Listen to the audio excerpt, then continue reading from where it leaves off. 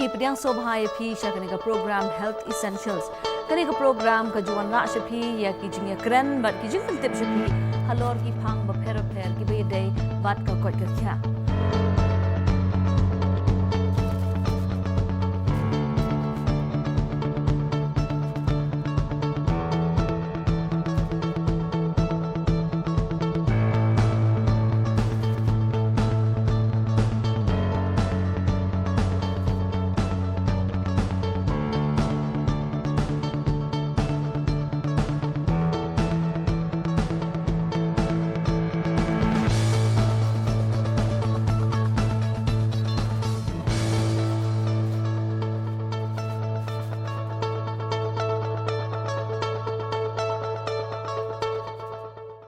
Hello there viewers, and welcome once again to this program called Health Essentials. Well, today is a slightly different, we have a slightly different platter on our table today because amidst the pandemic that's going on, the COVID-19 pandemic that's going on, there are things, of course, other silent pandemics that we have to also put our focus on. And since today is the International Day on Drug Abuse and Illicit Trafficking, so we will shift our focus a little bit to this silent pandemic, and this is something that is not just restricted to our community. This is something that is a worldwide, a global issue that needs to be addressed immediately. And to shed more light on this subject matter with us today, I have on my panel, I have Mr. Sharad Walang. He is the project director of the Kripa Foundation. We also have Dr. Pakha Tesia. He is an MBBS MD in psychiatry. So before we push forward into the subject matter directly, we will take a very short clipping break wherein we will show you a short clip on the subject matter that's to follow. Could it be termed as a fashionable trend or an inevitable factor that tags along with the advent of technology and time? But one thing is certain, and that is substance abuse and the illicit trafficking of drugs is an evil in our society and disorientation among a majority of the youth. Drug trafficking is an industry working generally on a vicious cycle of manufacture, demand and then supply. In view of the growing menace and the deterioration of the quality of life, the General Assembly at the United Nations in December 1987 designated 26 June to be celebrated with effect as the International Day Against Drug Abuse and Illicit Trafficking. The day as an event is celebrated worldwide with much conscious fervor to make people aware and emphasize the hazards of drug addiction and illegal trafficking. A problem which is a major deterrent to humanity and a poison to the well-being of the youth in particular poses greater problems to the socio-economic and political stability of a nation as also disturbing the sustainable development of a nation.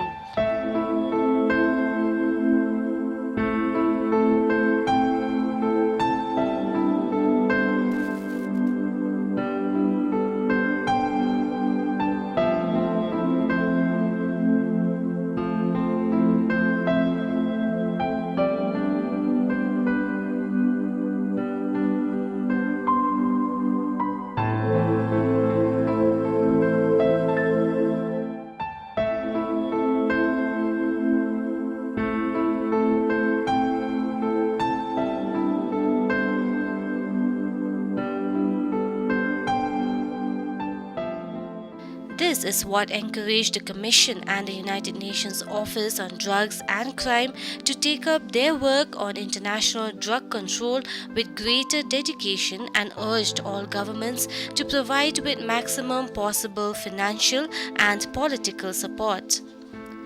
Besides international undertakings, the day is also celebrated by hosting a series of events worldwide encouraging more participation and greater awareness to the cause of drug abuse. The United Nations Office on Drugs and Crime has over the years been vigorously involved in conducting campaigns to facilitate support for drug control. The 21st century, with its greater communication and technical skill, has also enabled a greater dissemination of the cause of anti-drug abuse worldwide.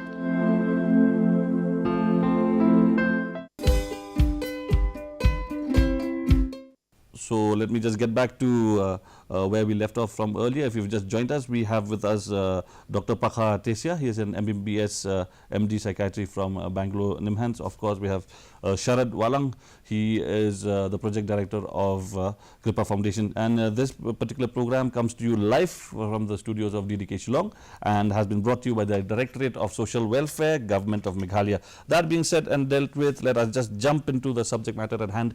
And I would like to start off with a very brief introduction. Doctor, a brief introduction about yourself, Doctor, and where you, how long have you been? Myself, Dr. Pakha Tesia. I have done my MD from I have done MD Psychiatry from NIMHANS Bangalore. Currently working in Shillong only for the past almost going to be more than 10 years from 2006. Working in my clinic in Laimukra and have my attachment with Bethany Hospital Shillong for admission purpose. And along with Kripa, with Sharad, we have a rehabilitation center in Barapani. So that is how Together, we are attached together. So you guys have known each other Yes. for quite some time. But doctor, where are you originally from? I'm basically from Arunachal Pradesh. Oh, we are all northeasterners, yeah, so that doesn't really matter at all. Anyway, okay, Sharad, what about you? How did you get into Kripa? So this is about 5 years ago. Father Joe, Kripa rented a place that was ours in Lower Lashumia, and he saw the youth that I was helping out at that time. So he told me, why don't you, take over Kripa?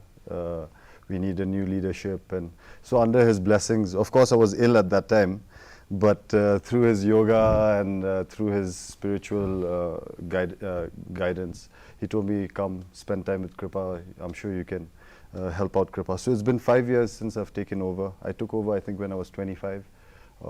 Now I'm 29. So it's been a great journey. We started from a rented house. Now we've got a new place in ICR, opposite ICR. So we've got like a really new facility, really out from the city. It's like a resort. So people can just come there and have a work, learn, but also have a good time because of the ample space that is. And also a lot of healing. Yeah, Also a lot of definitely. healing, That of is course. our priority, is to heal, but have fun while you're healing. Yeah. It doesn't have to be textbook. Yes. Yeah. True. Okay, so pushing on ahead, the relationship between, why on this panel today we have the director of the foundation, of the Kripa Foundation, and an expert psychiatrist with us, is because the relationship when it comes to drug addiction, when it comes to substance abuse, there's a very close-knit relationship between a psychiatrist and you. Doctor, can you shed a bit of light on that? Yes. See, if we look at addiction per se, now many people have a wrong notion. People believe addiction is only to do with moral issue or bad parenting or lack of willpower. But what we understand from psychiatric perspective, addiction is involving not only biology, it also involves psychosocial, like for example social issues, a lot of psychological issues. We need to have rehabilitations. So beside the disease model where we understand addiction is related to a certain problem in the brain, we also need to understand there are so many factors which also play in maintaining the addiction, which are also very important in precipitating psychiatric illnesses or addiction, which needs the rehabilitation part or counseling part. So in that way, both biopsychosocial model of understanding of any causation of illness, including addiction. So we need to have holistic approach when we are dealing with any addiction conditions. Okay. So, doctor, to keep it simple in a layman's, from a layman's point of view, if an addict needs help, does he go straight to Sharad or should he come to you first? Generally, they can go to any of us, but then the initial assessment that we need to do is through psychiatric perspective. Okay. Because we need to see what exactly the person is having, how long the person is having, what are the whether he is having only drugs or there are so many other addiction that he is having. At the same time, what are the other condition that might make a person take addiction, like any other psychiatric problem. What is the so-called body damage that person is going through. So all those assessment, physical assessment needs to be done by a psychiatrist. And during the initial part of the treatment, we need to do what we call taking care of the physical needs. And of course, to make them have proper sleep and appetite. So that initial management should be taken care, so that once the person is properly taken care, then we can shift them for rehabilitation. And that is when you That is send where them we over to Sharad Sharad or Kripa. or to Kripa or any rehab center. Rehabilitation. What happens when they come to you? What do you guys do with them initially? So there are sometimes when we receive queries that come directly to us, but what we normally focus on is making sure that the patient has to be stabilized. Okay. So a lot of the patients that come into our rehab, walk-ins, telephone inquiries, whatever it might be, we make sure that the person has to be stable. That means when they walk into our rehab center, yes, we go through their history, but the main thing is to get them stabilized. How do we get them to be stabilized? We send them to psychiatrists or to hospitals for detoxification, because that's a medical point of view. There's a complete notion saying that we can do that. We can't. Okay. It needs expertise. It needs a medical point of view, a perspective on that. So that's why we normally send any client that comes to us straight to the hospital. You know, they spend whether it is 7 days in getting detoxification or 14 days, depending on what the doctor Condition of the suggests. patient. And so then you're not authorized to do the detoxification at no, Kripa? we're So not. the See, either it is also a very expensive affair. Setting up a detoxification unit, you need nurses 24 hours, Oh. you need So many doctors, medicines, medicines. So it is like a hospital.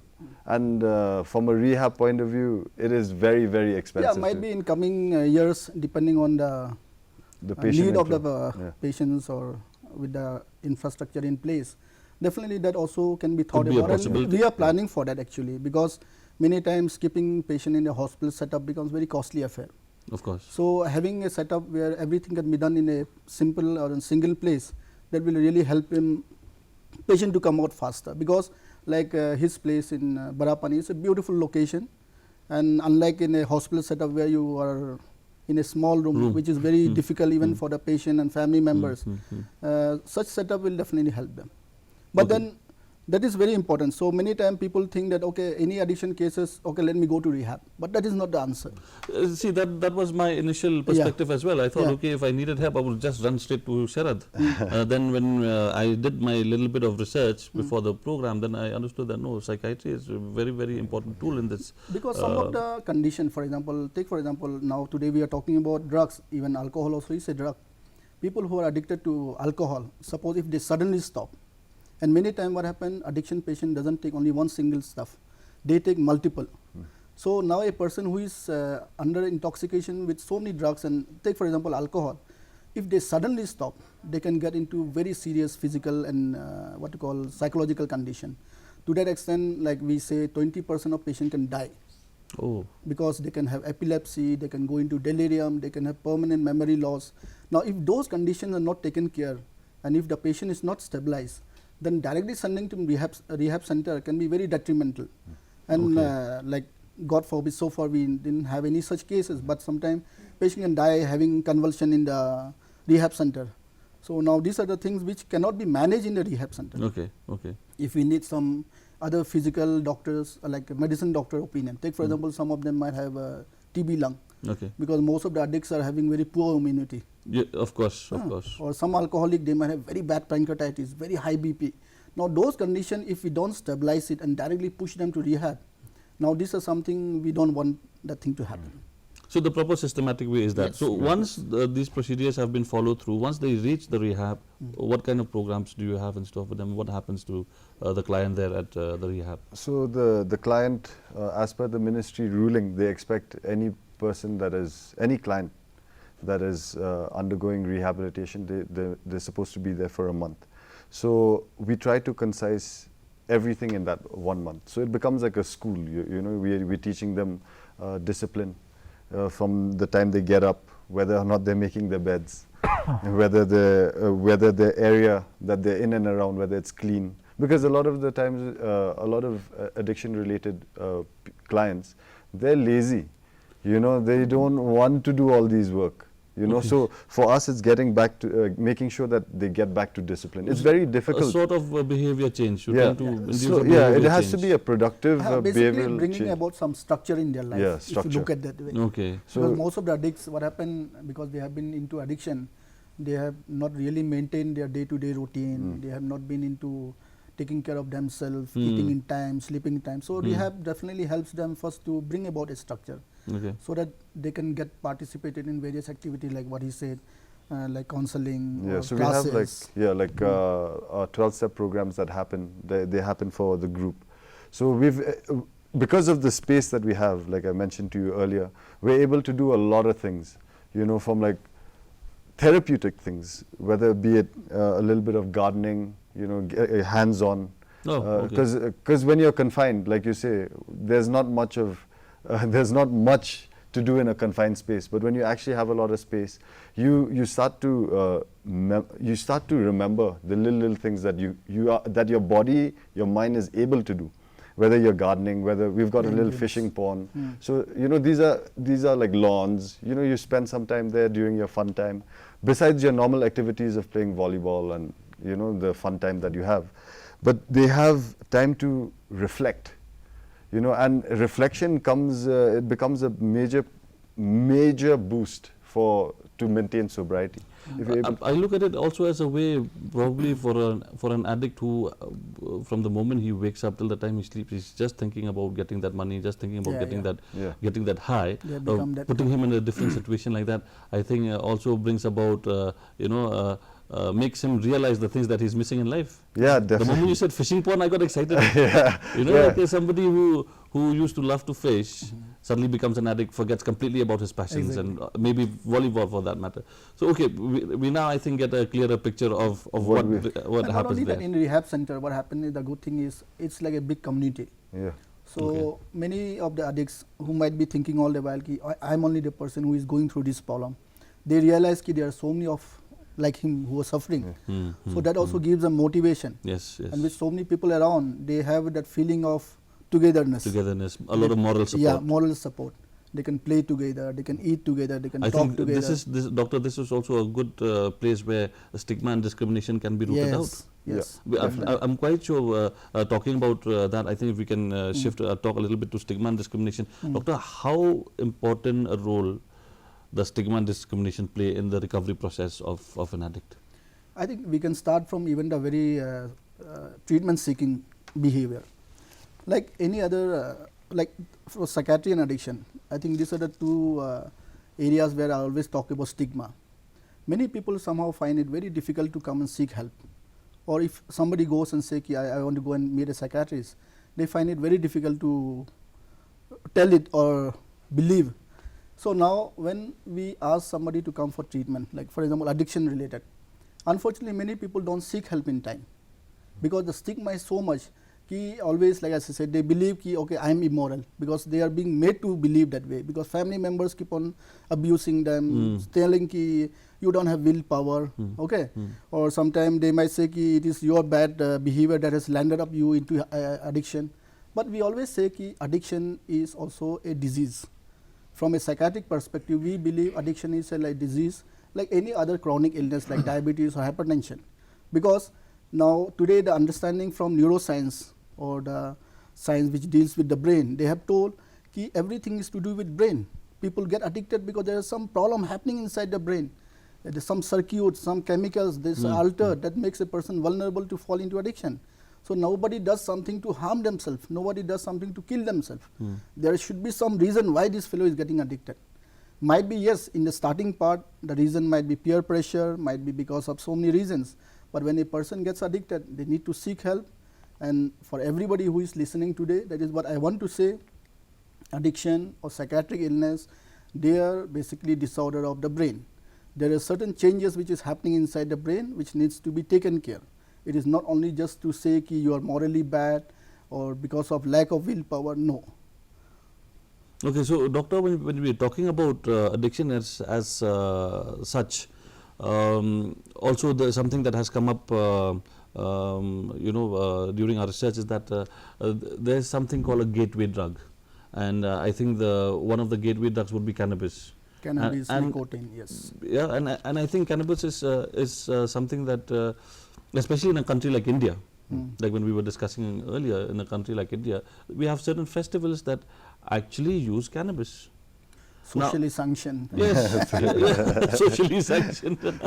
So, how do you deal with something like that, doctor? And is cannabis really that gateway drug? Yeah, see, gateway drugs are basically, in definition, if you look at it, they are something which makes a person get into higher or more hardcore drugs. Now, when we say gateway drugs like nicotine or cannabis, initially because of the socially Doctor, sanctioned, nicotine is also a drug, yes, nicotine also is a drug. but then obviously it's a legal drug. Yeah. Caffeine too. So, So drugs, so is caffeine, yeah. drugs are basically, see, now like I was telling, drugs you can classify in terms of two things. Like if you look it from the law perspective, Okay, legal and illegal. okay. Now alcohol, nicotine, tamul or all those smokeless tobacco, tobacco, yeah. they are all legal. Or they're all legal, yeah. Because when you say drugs, basically drugs defines that they are all chemical substances which when ingested or taken alters the function of the brain. Okay. So anything, it can be even food also, if you look at that definition. Yeah, But yeah, now when we talk about drugs in this context, it is mainly of those hardcore drugs like heroin or cocaine. Yeah. Now, when we say legal, these are the things I was saying. Illegal, of course, heroin, cannabis or any of those other like methamphetamine. So these are illegal drugs. Okay. Now, when we say gateway drugs, these are, you can say, legal drugs which sometimes makes a person takes it and think, okay, this is cool. But over a period of time, when a person gets into that habit of using certain things again and again, finally they think that no, ye isse nahi hoga, I want to have something more. Okay. Because dil mange more. So people think, okay, let me have this thing, let me go for trying this thing. So that's how many times young people, without knowing the consequences, they land up having into very hardcore drugs. So that's why we always want to say, no, we should not encourage people to take any addiction for that matter, especially young people. Because young people, what happened, the brain is growing. Yeah, yeah. Like teenage, They were in the growing stage, yeah. because most of the young people, when they start taking drugs, it is during that teenage time, between 13, 14 or between 25 years. In a nutshell, you can say 15 to 25-year age group. Now, that is the time the brain is growing very fast. That is the time peer pressure is there. That is the time, unfortunately, the brain capacity to understand what is right and wrong is very less. So anything that influences them, anything which makes them look very nice, they fall into it. They fall into it. No? Sharad, how young, can clients be, the clients that you have? Okay, so I'll have to give you a little history because in the past we did take a lot of juvenile kids under the age of 18. We did when we were in This would Shillong. be around about which year? Say High Court gave us an order to stop the juvenile, I think last year. So I would say 2 years ago, we still had a lot of juvenile kids that were coming all over from the north. How 13, young 14, would be the 13. Yeah, youngest? 13, 14. They start that 15. young, at Yeah, 13, yeah, 14? Yeah. And In the OPD, I have had somebody even 9 or 10 years. Oh my gosh. like when we go for our programs, like our street children programs, it's readily available. Like you can't classify only marijuana. Maybe that costs a little bit more. Just look at ready to sell, no? Your normal Denrite, your normal pain thinner. This is available, very much available in a construction site. They're chasing, they're sniffing, they're doing all sorts of things. These are kids Street that children, are street children that are homeless. They're how old? By Doctor, the, 8, 9? by the time they come to you, the 13, that would mean that they have started way earlier than that? Yes, Yeah. definitely. Oh gosh. No, of course, that exactly comes to the point where why people take drugs. What are the reasons why people take drugs? Sometimes as a lay person, we might think only drugs is taken by people who are very rich or people who have a lot of money. Now, when I talk about heroin, but like as I said, drug implies even simple thing like RSX, which we use for this thing, and then your Denrite, which can be easily available in any shop. Of course, now government has made a strict rule not to sell those stuff, but then that is what. So people fall into drug addiction because of many reasons. Biological is or genetic is one aspect. Other thing is the family circumstances. Like many of the street children, most of them might be like they are alone. They might be orphan. They might not have nothing to do. They want to do some small job, get little bit money because they don't get food. So immediately they take something just to knock them out. So there are many factors. One of them is genetic, family pressure, because sometimes family environment, what I mean to say, like in a family, suppose if a broken family is there, or there are a lot of domestic violence in the family, or there are a lot of so-called social learning model, like suppose my father is taking alcohol, so every time I see my father having alcohol, so I also start thinking, okay, might be this is the cool stuff that I need to take. So sometimes unknowingly elders in the family, they start taking something which actually makes the younger generation copy that thing. True. Doctor, when we talk about when we talk about alcohol, and you did say earlier that alcohol also is a drug. Now, there in society we have social drinkers, right? So, to which level would you classify a person that he's an addict, that he is an alcoholic? Say a person who drinks every day, doctor, but say he's functioning normally, he's a responsible adult. Would he be considered an alcoholic or addicted to alcohol? For that matter, like addiction, if you look at it, like how do we say a person is addicted? Now, like there are certain criteria, or like in the clinic when we try to assess a person, whether we need to go for full treatment or whether this is just a social drinker, we need to distinguish. Now, there are some few important points. When a person comes to the clinic, now definitely the person is coming to the clinic because the person thinks there is some problem with him in his drinking or whatever. Now, if you look at the addiction, then it becomes like a spectrum. Like there are different degree of addiction if you look at that way. Like somebody might be just 1 or 2 pack social drinkers. Yeah. Some people might be taking almost regularly in the evening. Yeah. Some people might be taking every day in the morning also. Some people might be drinking ki hospital mein pahunch jate ho. You know, so that is a spectrum. Which is unfortunately the case with most people here in Shillong. Yeah. Alcoholism is a, I mean, sorry to say, but facts are facts. I have lost a lot of friends, a lot of brothers, cousins to alcohol. So, yeah, so now then the point is like, suppose one thing is intense craving. When do I know ki I am addicted? Now that is the point that we need to know. One thing is, suppose I need the alcohol, and the craving is so much, craving in the sense the intense urge कि हमको लेना ही है. I cannot withstand the lack of alcohol. Yeah. So I need to have intense craving. Then other thing is I don't have any control over my drinking. Okay. Okay.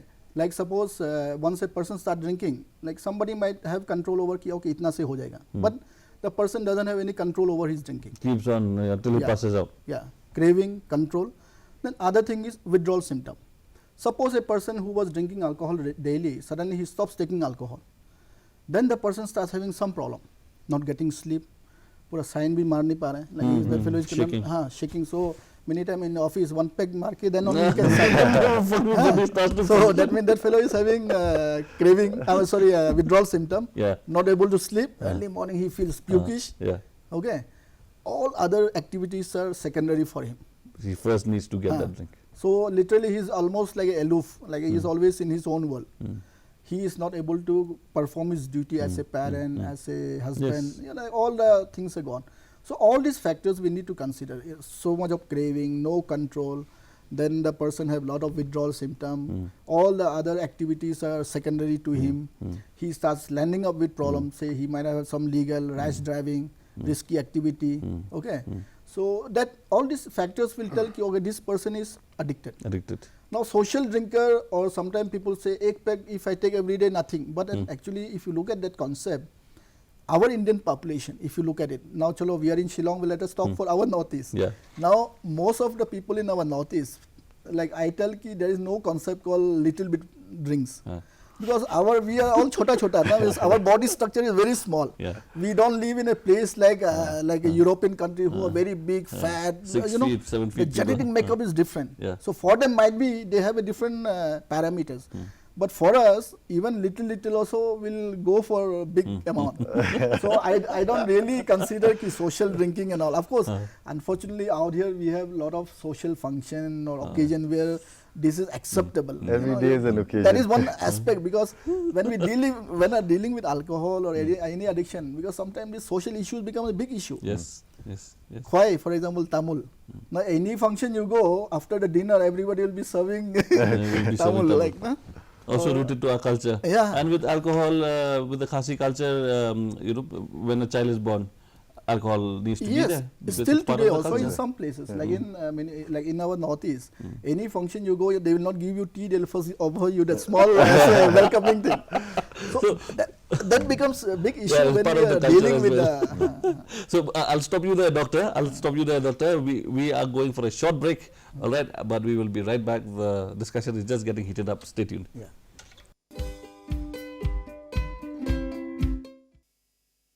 I was dropped out from my school, lost all my focus. I went from 100 to 0. I lost my job and it left me with living on the streets without my family. It made me lie, cheat, and it ruined my relationships. It took my brother's life. He was only 19. It's time. It's time. It's time. To talk about drug abuse. Because Drugs Costs you more. than just money.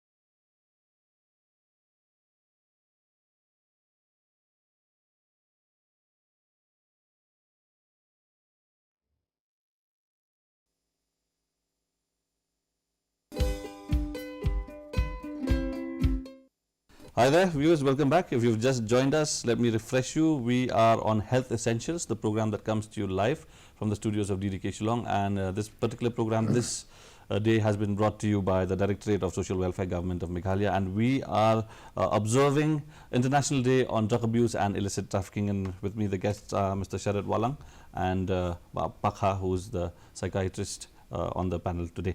We have covered a lot of topics, guys, and we left off with alcohol. We left off with social drinking. So, like the good doctor said, if you are a social drinker and if you don't have intense cravings and the certain points the doctor had mentioned, then I think you're okay. You're more or less like me. So, we move ahead. We move ahead in our discussion.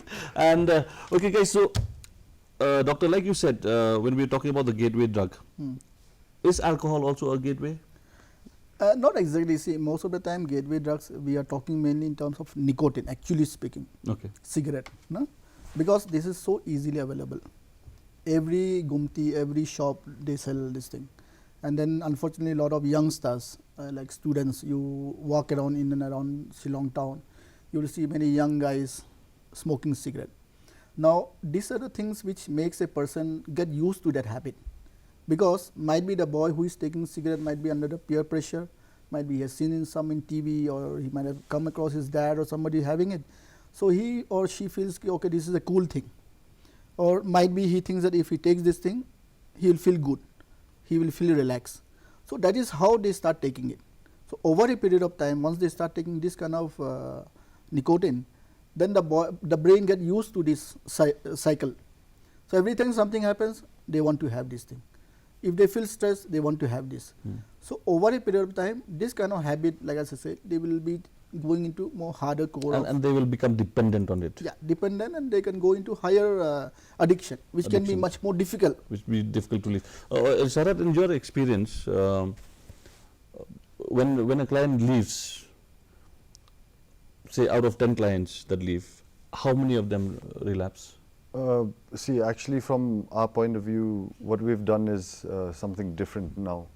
We've focused a lot on follow-ups. Besides the patients that have come to us, we have kept a team that just follows up on how the current person the client that has left, how they're doing. So as So of after last they year, leave, after they leave the so after they leave the center. rehab, we can't. It's not. We're not an old age home, No, so I we're understand not going to that. grow old together. They've got a life to live as well. Yeah. But when they leave, we focus a lot on follow-ups. Okay. So we've had a lot of follow-ups, and I think from my numbers that we have had, Yeah. about 181 people in the year 2019-20. Yeah. So from there, we've had about almost 60 people like completely recovered, as in they are doing fit and fine. So These were addicts. yeah, alcoholics and addicts. addicts. A total mix. of 181. Out of 181, about 66 they are completely sober. Oh wow. Then of course it so happens that some of them we lose touch. You know, they've changed their numbers, their email addresses. You know, these things They happen. leave So town, we can't maintain data collection of all. But Of course. we have we also have this small outreach and drop-in center in Shillong. So we want to maintain as many follow-ups from East Khasi Hills to come there. You know, to just spend some time, because you don't know when the craving would start, right? The drop-in center that you're talking about, what happens there? Is this for the clients that are already there, or is For this both. Many new patients. Yeah, Even for new even for patients new as well? patients, because there's a lot of new patients that come in and they do not want to be in a rehab. You know, they still want to attend their Fight it work on their own. Yeah. So probably. they come there like morning sessions or evening sessions after their work. Okay. Spend some time with our counselors. Okay. You know, and then get motivated so that because our motto is always to live one day as it comes. You know. Okay. So to make sure that they live a productive day, the entire day. Yep. You know, that so that the cravings are less. It's down the pecking order. You know, they do not. Drug shouldn't be the priority, but it should be at the bottom of the pile. And the good thing about any drop-in center is that they know that they can go anytime. That If there was is my any point. crisis, That was my point, if yeah. there is any crisis or something is there that they need to discuss, so that way the accessibility or patient's convenience is also taken care. The privacy of the client is maintained. Yes. Yes, of Yeah? course, of course. Yeah. That should be, I think, a top Yeah, Very yeah, priority. important. yeah. So with us as well, of course, it is as part of the ministry, since we are under the Ministry of Social Justice and Empowerment, we are supposed to collect data, factual data, so we can upload it.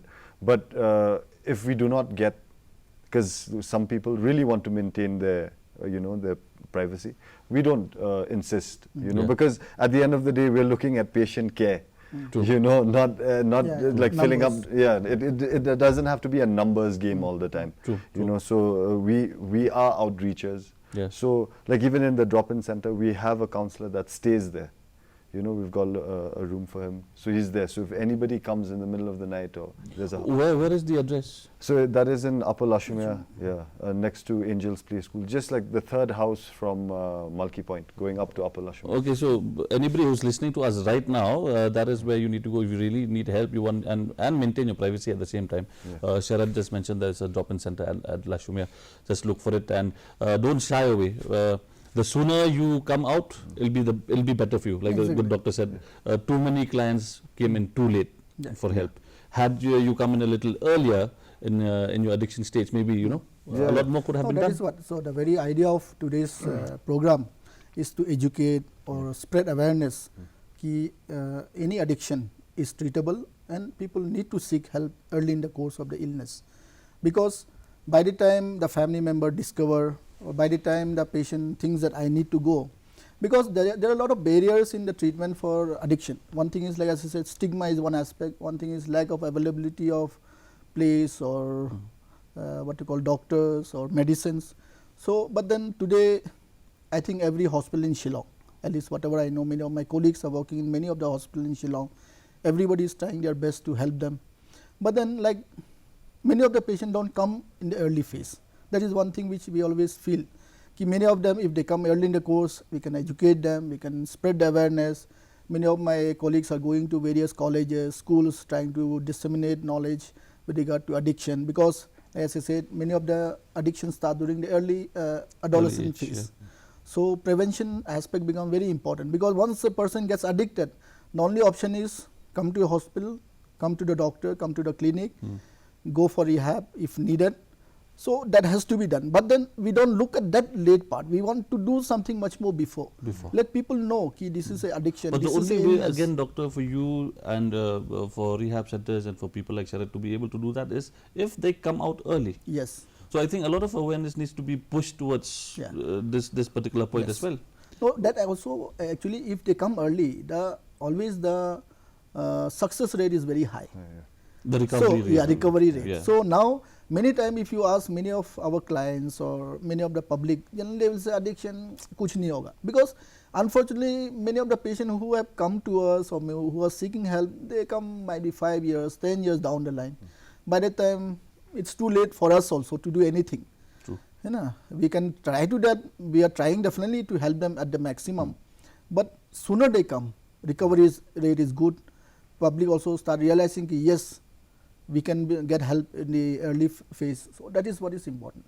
Okay, shifting a little bit again to Sharad. Okay, with your drop-in center and with what you do with Kripa Foundation, do you have programs like OST programs, or do you have programs like a needle exchange programs? We are not an authorized OST center. Okay, but we deal only with counseling. Like our model is a little different.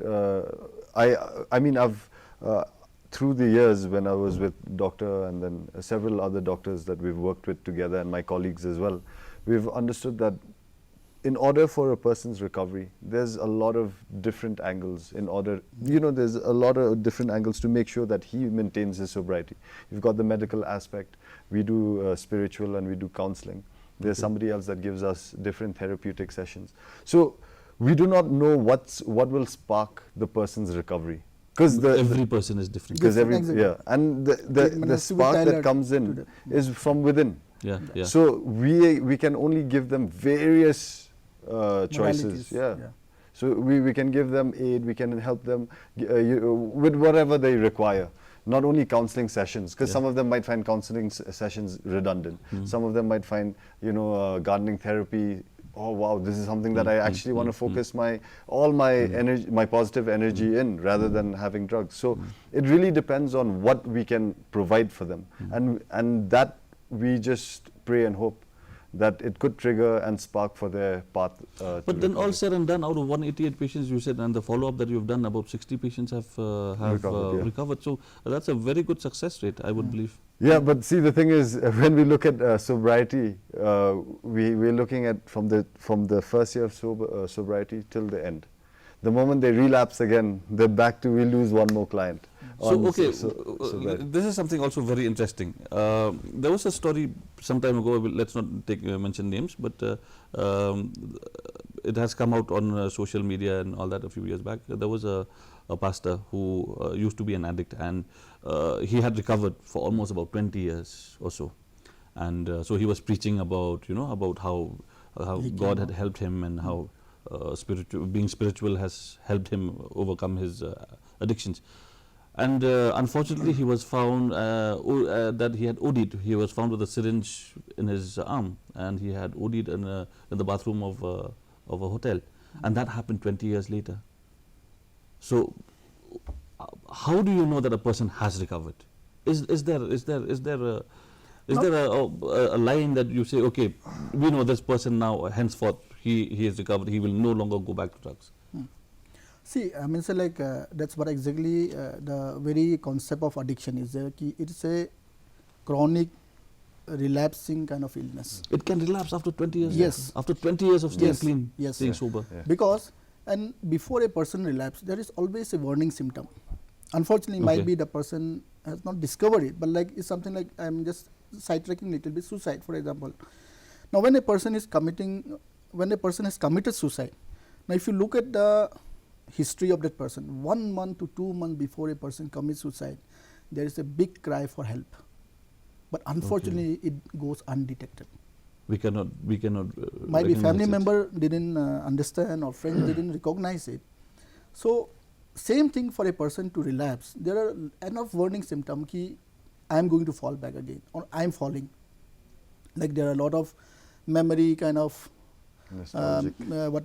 memories that the person gets. Person start behaving in certain way to get that thing again, to get that high again, start mixing with some friends, starts telling himself कि आज एक बार करने से कुछ नहीं होगा. You Just know, one time. just once. So there are a lot of small sleeps. The person starts sleeping slowly. So unfortunately, sometimes these are the things which even for our clients when they come for counseling or when they are in rehab, we always educate them ki now these are the things that you need to keep in mind even though you have become normal. Even though you have become okay, you remember that sometimes your mind will always try to play game with you again. Because addiction, like as I said, this is a disorder of the brain. It is to do with memory. Everything in our life is memory. So when a person is taking drugs, that also makes a memory in the brain. When I go and see a beautiful place, that has made a memory in my mind. When I have come to this studio, I have made a memory of this particular place. Yeah. So same thing for drug addiction, that memory stays. And unfortunately, the memory for addiction is very strong. Very strong. You cannot erase it. So that's why we always educate them, ki please, when you get these kind of flashes, if I have to say, immediately you should come and seek help of it. And many of our clients, whenever we discharge them also, we always say, always the room is open. We have always given the number. Anytime you feel, please give a call. During the subsequent follow-up, whenever a client comes back, say after 2 months, after 1 month, we always ask them, anything happened in your all this time? Did you know ki you were having some thought, this kind of thing? So we try to explore so that we know ki if anything happens, or if any kind of this thought has come, we try to tackle it. Okay. Breaking in a little bit, Sharad, have you had experiences like that? Do clients come back to you with these kind of relapses and then they come running back to you and saying that, several. oh, A person that does relapse, that has come for rehabilitation for the first time, chances are they do come back for treatment for the second or the third time. It happens, you know, but the more times they come, they're probably more determined to leave. To leave. Yeah. So and one thing we've noticed is that when it comes to relapse, is that it depends on how far your recovery is. Does it stop at rehab? Because some of them, they just come to rehab because their parents told them to come for rehab because they're going to get a new bike, a new car, you know. So they'll be like, okay, I'll stay sober for 3 months. And then they just, the moment they leave, they get their car and their bike, and then they're back to enjoyment. But one thing I've noticed is that when it comes to relapse again, if a person is really determined, then these are periphery things, a bike, a scooter, because they will focus on the program. They will focus on having a sponsor. They will focus on the AA, NA, you know, and also professional help. So they will attend to every group or to work with every counselor that have helped them throughout their life to maintain that sobriety. You've mentioned a few terms which are totally alien to me. For example, an AA and an NA. Yeah, so that's like Alcohol Anonymous and Narcotics Anonymous. So these are places that they hold meetings in Shillong. So it's like the word says, anonymous. So anybody who does have who have recovered, they spend a lot of time. It's a group that is meant for them, and not that we are outcasts from it, but it's just that they understand the problem better because they have gone through it. Yeah. And the relapse, if you look at it, see now even when we are taught, or even when we see our client, the first 6 months to 1 year, highest risk for relapse. 6 months to a year. First 6 months to 1 year after they seek help or after they are discharged from the hospital or rehab center, the first 6 months to 1 year is the highest chance, even though they might have the best treatment. So that's why we always warn our patients. Because see, addiction, that's what I always say, it's a very complex illness because there are so many factors. See, we try to do from certain angle, but there are so many things where we also cannot do anything. For example, now addiction, when we talk about it, let us talk for example the availability. I don't know from where the drugs is coming. Yeah. I am not authorized to go and check it where the drug is coming, who is the peddler. Okay. I don't know which shop is selling. I don't know who are his friend with whom he is taking. I don't know in his workplace what are the issues that the person is facing which might predispose a person to get back to the addiction. Now there are so many areas we also cannot do anything. Now what is his family circumstances? So many things. So now as a doctor we are trying to handle whatever possible, try to get the holistic picture, but we also at certain level we cannot go beyond. Of course. So that is why sometimes even the best treatment is also not fully successful, but that doesn't mean that addiction cannot be treatable. Addiction can be treatable. Like what he said, if anybody comes back for relapse, We try to handle those issues again, try to see what can be done about it. Now in Shillong, the good thing is the narcotic department is doing phenomenal job. They are really trying to catch all those peddlers and try to cut the supply chain. And from our side, whatever possible, the demand reduction we are trying to do. So we need everybody's participation. True. Colleges, school, they have to make sure that the children are being told about this thing. Parents needs to get themselves all those things that they need to tell their children. True. Community as a whole, they have to come together. Now, at least in Shillong, many localities, now everywhere they have started making a plan ki if anybody is addicted, they need to help them to go and seek help. So now we need everybody's collective responsibility. Especially, doctor, right now with the COVID pandemic happening and with the lockdowns happening, I'm quite sure everything is helter-skelter. Yeah. Yeah? Definitely. We were mentioning earlier, COVID, when, I mean, I don't mean to insult anybody on this show, but when there's a scarcity of, let's say, alcohol, or you buy alcohol on black, say a normal OC bottle that was costing you 70, 80 rupees has shot up to 300, 400 rupees a bottle. You are you're stuck in a conundrum, whether you have enough money to buy the liquor or should you use substitutes. So in the beginning of the lockdown, chances are you're fine. You don't mind spending that extra cash. True. But you hit 1 month in, then you're looking for substitutes, right? You're looking for something else. Like your marijuana, your dendrite, or your local liquor, whatever you can get your hands on to get you your high, and also like it, from an economic point of view, I understand. You know, you're trying to control whatever is happening here. You're increasing the taxation on alcohol, but the adverse effect is like I mentioned to you earlier. It's a double-edged sword because on a social level, because in Meghalaya, the people that are drinking are the highest would be your truckers, your general labor, and they're not drinking blue label. They're drinking your OC blue, you know, these are the things that they're drinking. So if they're drinking something that's cheap and now it's become a lot more expensive, they're going to look for substitutes. You know, I'm quite sure as well, truckers that were using opium especially to keep themselves awake, and then they moved on to liquor. Now I'm sure they're going to go back to opium, use of opium. It is bound to happen, you know, because it is a cheaper substitute. They can figure out a way to get that compared to paying higher. I mean, I'm not promoting alcohol, but I'm just saying that the adverse effect is so, it's like a fine line. You know, you either do it socially or you do it economically. You know, there's no... Actually, fighting against even alcohol problem is such a difficult thing because the government will look at, see, with alcohol we are getting a lot of revenue.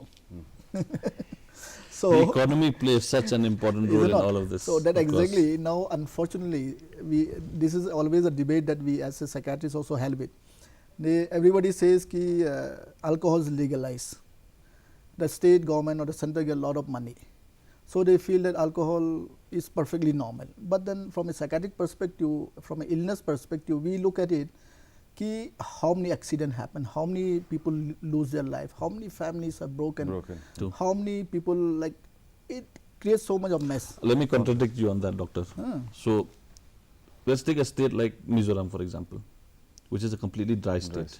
As of last year, with the previous government, they had opened up their wine stores. Of course, they had rationed it. They had a limited thing. The reason why they did that was, of course, because of the substitute, other alternatives. Because drugs was going on the high.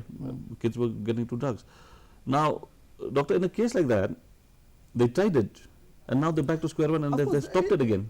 It's almost a very everybody will have a point of view.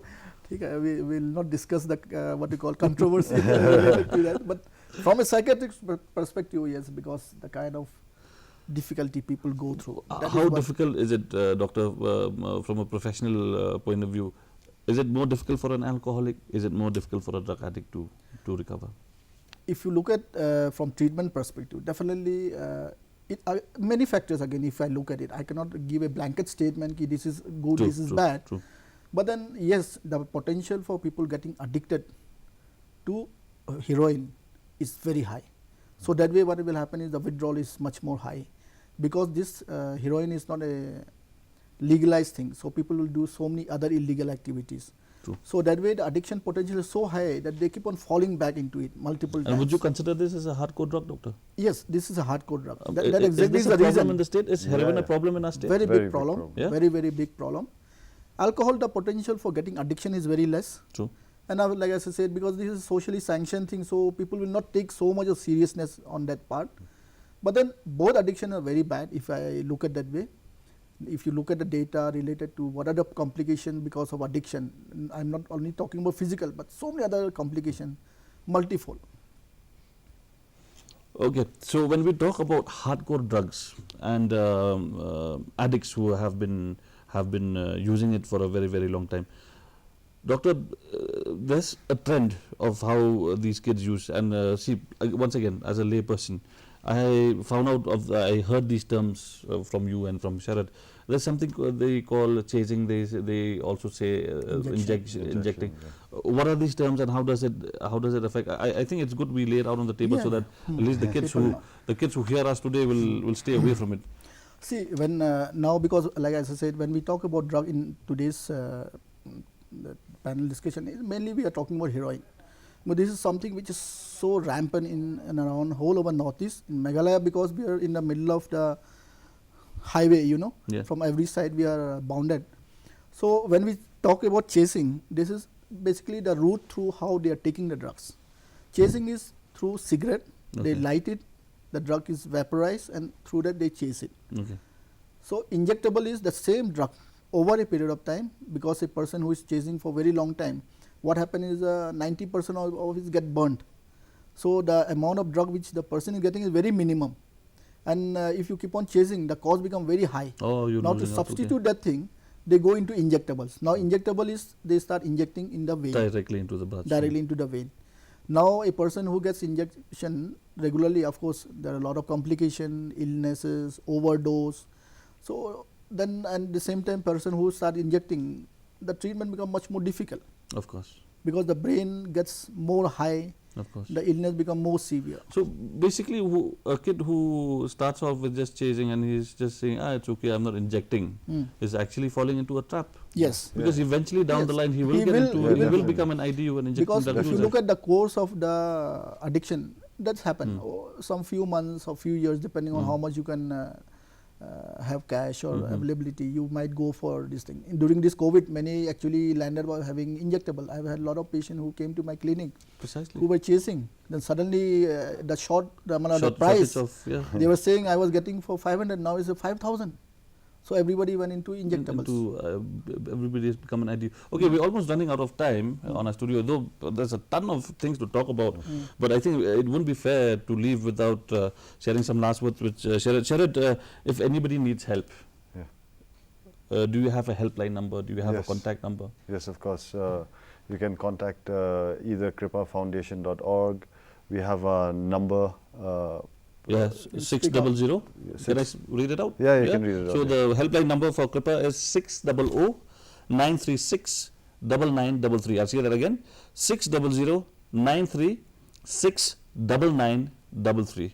If ever you need help, if ever you need consultation, if ever you need a person to talk to, this is the number that you can get through to.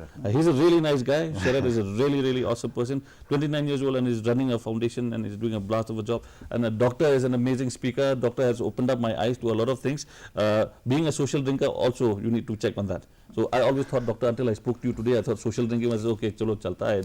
It's that is part another of the society. trap. Another trap. That is again another trap. Drinker, It has completely opened my eyes. Gentlemen, thank you so much for having part of this program. And on Health Essentials, this episode, we will have to wrap it up. We will see you again next time. Let me remind you that we have come to you live from the studios of Doordarshan Kendra Shillong, and the program has been brought to you by the Directorate of Social Welfare, Government of Meghalaya. I am Andreas. Until next time, God bless.